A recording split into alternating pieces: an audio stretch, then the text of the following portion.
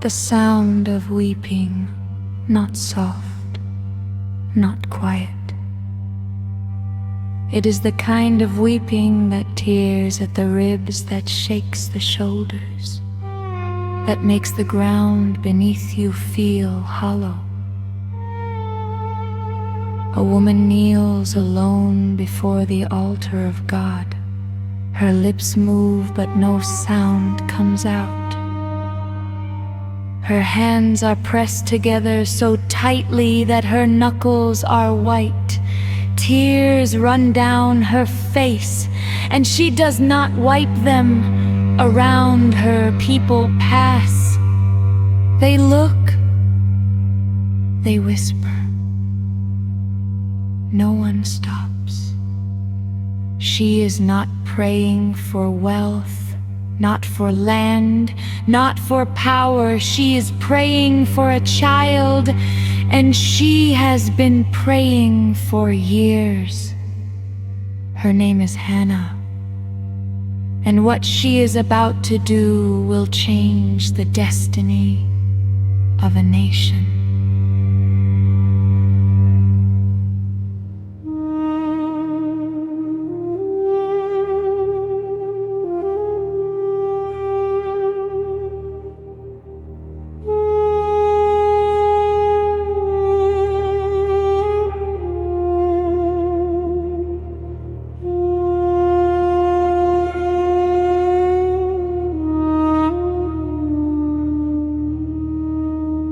Long before Israel had a king, long before the great battles, the anointed warriors, the golden thrones, there was a woman whose tears built an altar that no human hand had ever built. Her name was Hannah. The name means grace, and grace, as the world would learn, is sometimes the last thing that arrives, and the first thing that changes everything. She lived in the hill country of Ephraim, married to a man named Elkanah, who loved her deeply. But love, however tender, cannot fill every emptiness. Hannah had no children. Year after year, her womb remained silent, while the world around her moved forward. Births, celebrations, laughter, none of it hers! She was not forgotten by God. She was being prepared. What no one understood yet was this: the child Hannah had not yet received was already known in heaven. His name was already written, his mission was already sealed, and the door through which he would enter the world was her surrender.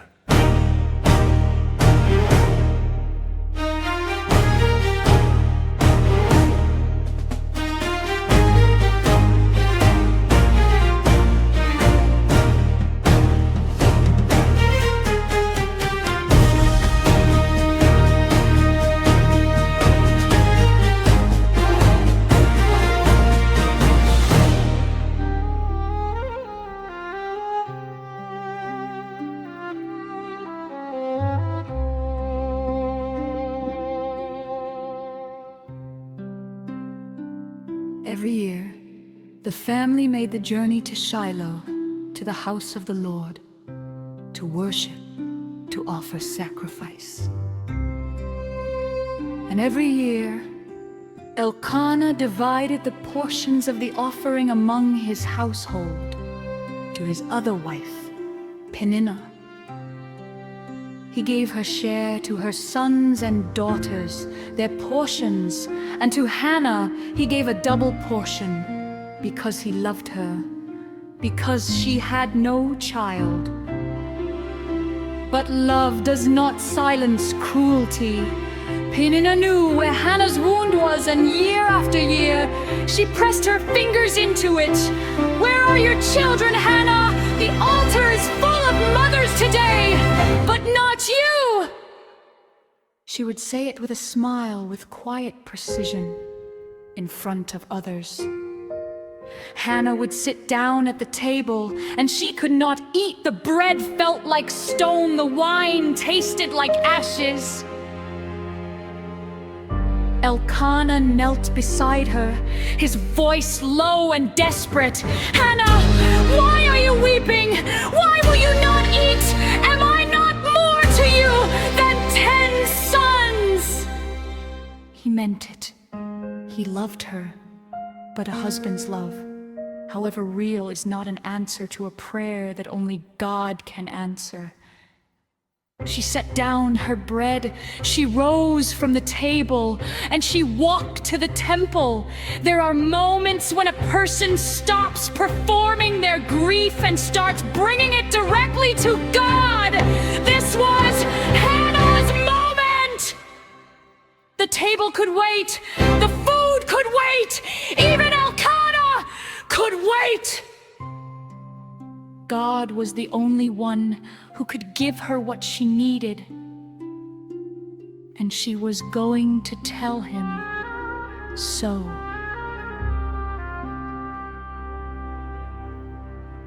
Inside the house of the Lord, Hannah stood before the doorpost of the temple, and she began to pray.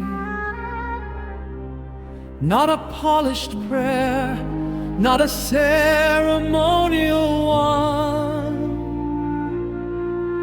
This prayer came from somewhere deeper than words. Her lips moved, no sound came out, her body swayed. Her tears fell onto the stone floor. She was not performing, she was not asking to be seen. She had forgotten that anyone was watching at all.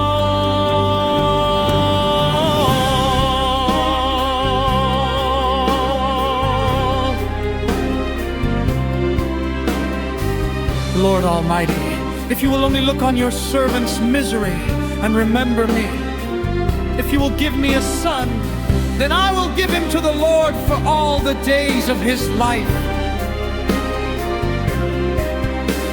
A vow, not a transaction, a surrender. She was not bargaining for a son she could keep. She was asking for a son she could give back. Even in her desperation, her instinct was not to hold. It was to consecrate. From across the room, the old priest, Eli watched her, his eyes narrowed, her lips moved, no words came. He saw the tears, he saw the swaying, he misread all of it. He walked toward her. How long are you going to stay drunk? Put away your wine. Hannah raised her eyes to him, not with anger, not with defensiveness. I am not drunk. My Lord, I am a woman who is deeply troubled. I have not been drinking wine. I have been pouring out my soul to the Lord. Eli looked at her for a long moment. Something shifted in his face. Go in peace, and may the God of Israel grant you what you have asked of him. She walked out of the temple a different woman. Not because the prayer had been answered yet, but because she had given it fully, completely, without holding anything back. And something in her, the tightness, the grief, the weight she had been carrying for years, something loosened. She went back to the table. She ate. Her face was no longer the same. When you have truly surrendered something to God, you no longer carry it the same way. Hannah did not know yet if God would answer, but she knew she had been heard, and that was enough to let her breathe.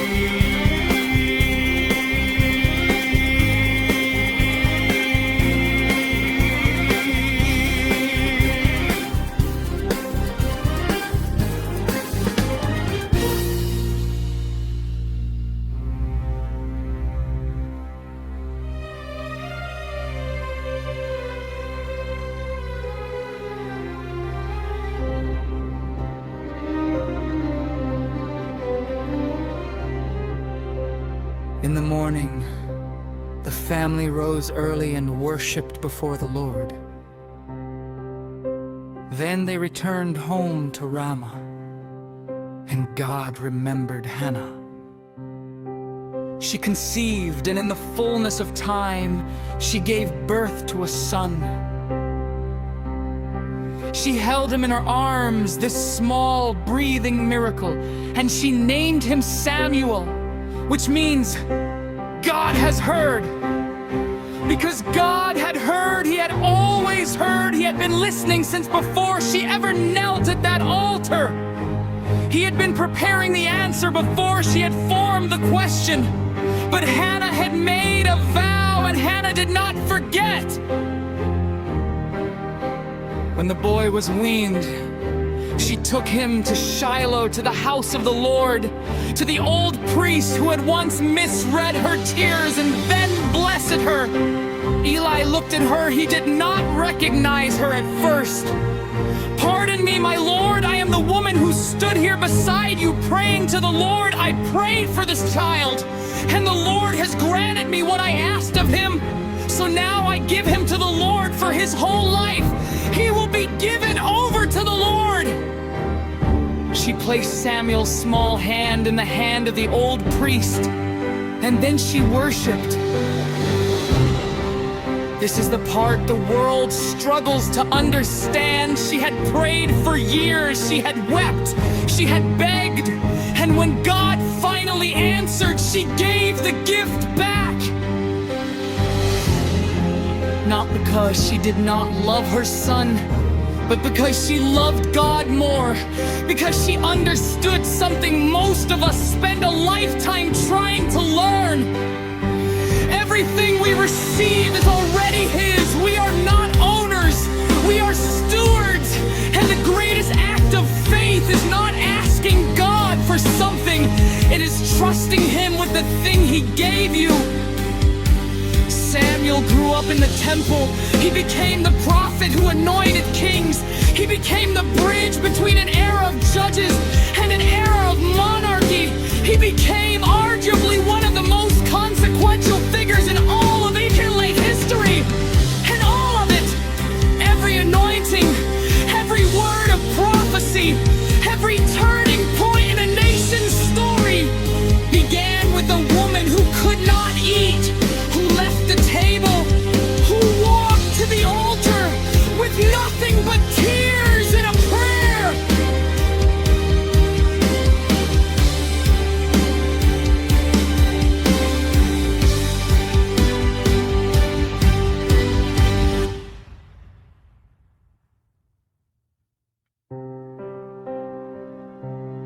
Hannah never stopped being a mother.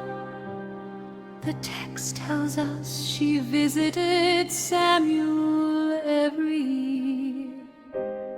And every year she brought him a little robe that she had made with her own hands. Year after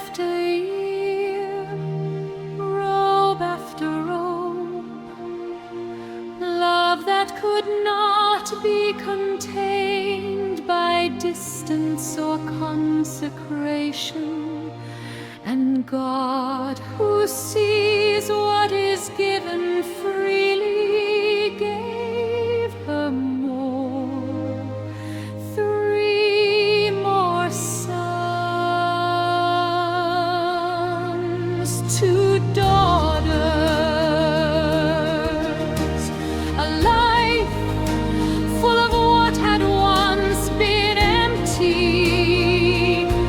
But here is what Hannah's story is really about. It is not about barrenness or fertility. It is not even about answered prayer.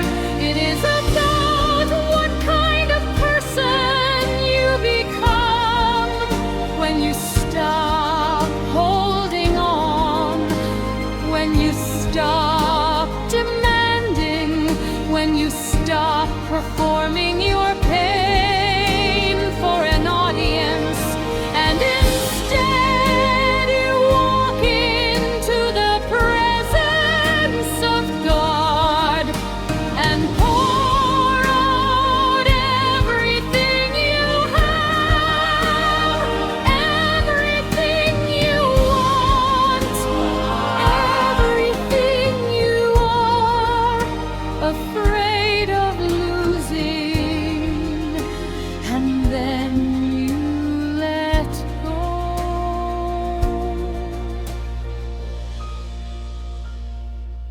Hannah did not get Samuel because she was the most faithful woman in Israel.